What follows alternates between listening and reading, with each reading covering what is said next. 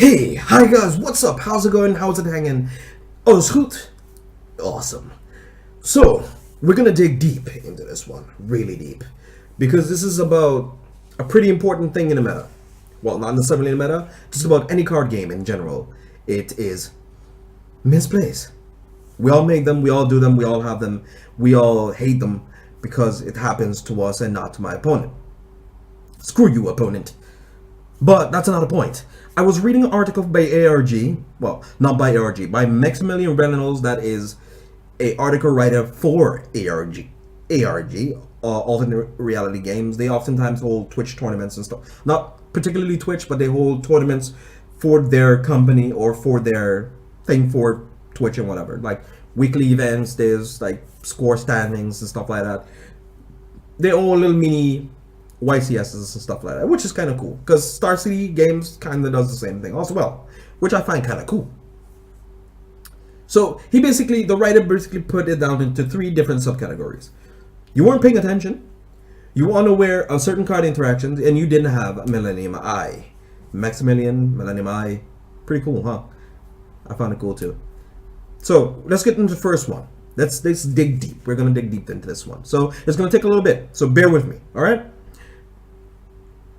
You have like a decent amount of life points left. You paid like a good decent amount for your Quillfort tool. You're playing Quillfort, and you're against Stun Knights, right? Stun Knights don't have the Stun Knight player don't have like like 500 or whatever. All you need to do is Pendulum Summon, and you got game. You have like a Pendulum Monster in your hand to finish off the scale next turn, and you got this, right? You got this. All you gotta do is just survive this turn.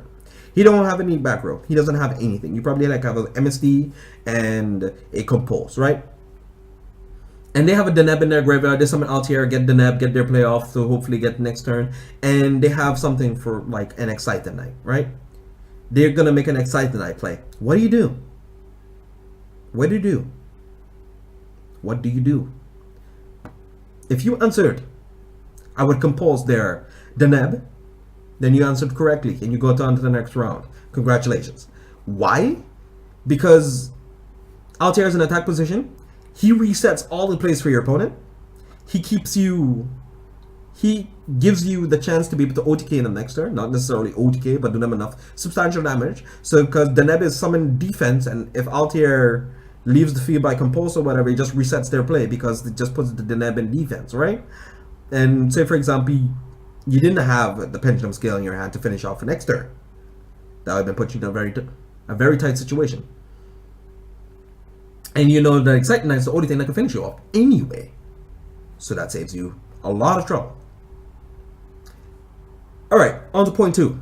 You were unaware of certain card interaction. That reminds me of a local original that I played, where there was one pretty cool play that I did to my opponent. He didn't know about it. Whereas he was playing Mermails at the time, and I was playing Constellas. Constellas was like an easy tier 3 deck or whatever. Mermails was easily tier 1, tier 1.5 or whatever. And that was after Judgment being hit and after Dragon Rulers and stuff like that being hit and stuff.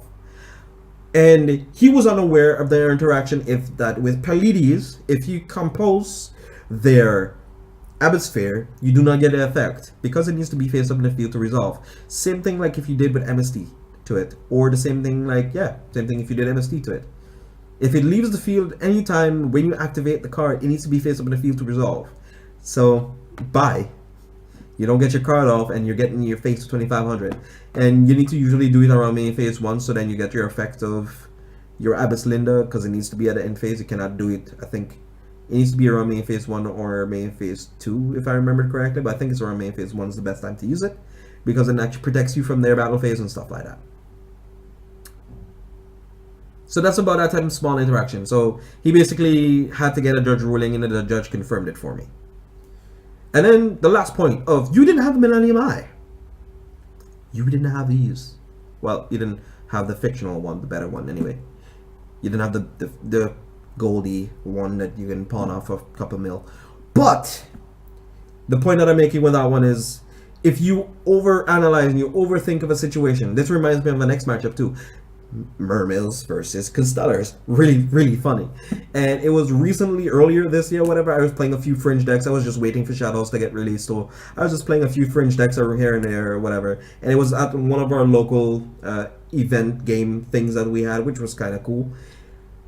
And then the Mermail player, he was very good at numbers, very good at crunching numbers. So like, he basically predicted that the only thing that could probably hold him back was a mirror force and maybe like the 0.17 chance on having a prison or mirror force or whatever. And even if he did have a prison, he had game. If he had a mirror force, and he didn't really put that into his head because it was during the hat format, and hats were pretty predominant then. So nobody really ran stuff like mirror forces and stuff like that anymore. Everybody ran prisons. So then mermails became a lot better because they just popped the prisons. And the mirror forces and torrential won't play that much because they just ice hand, and then ice hand pops the next back row, and then you just lose all your stuff, and you'd be very sad about that. So that didn't help that much. So then he basically spams out his field, tries to attack for game, ends up into a mirror force. He didn't have Millennium Eye, so it's a figurative speech of that you can't predict everything your opponent's gonna do. It's always gonna come to a situation where it's like you can't read everything. If you try to overread, you'll make a misplay, which will put you in a very precarious situation. So he ended up overextending when he didn't need to have to, because he could have just made a Dracosac or something. He'd probably still have game anyway. But he didn't think of that. He didn't do it either. But thank you guys. Thank you for guys for sitting around. Thank you guys for paying attention to me. It's a little longer than I expected, or a little longer than I even wanted it to be. But it's a very cool subject, and these type of subjects that I like to talk about. If you guys have any ideas for a next subject that you want me to discuss or you want me to do, or like some deck builds, do videos or whatever, if you guys got anything that you want to send to me, let me know in the comment section below. Like, comment, subscribe, follow me on Twitch, follow me on Facebook. I might make a Twitter account somewhere later this year or next year or whatever, but we'll see what happens during that time.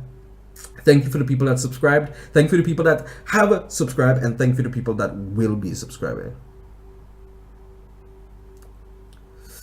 But be awesome, stay awesome, guys, because I know it's so easy to do it. It's really easy. See, look, you're doing it right now.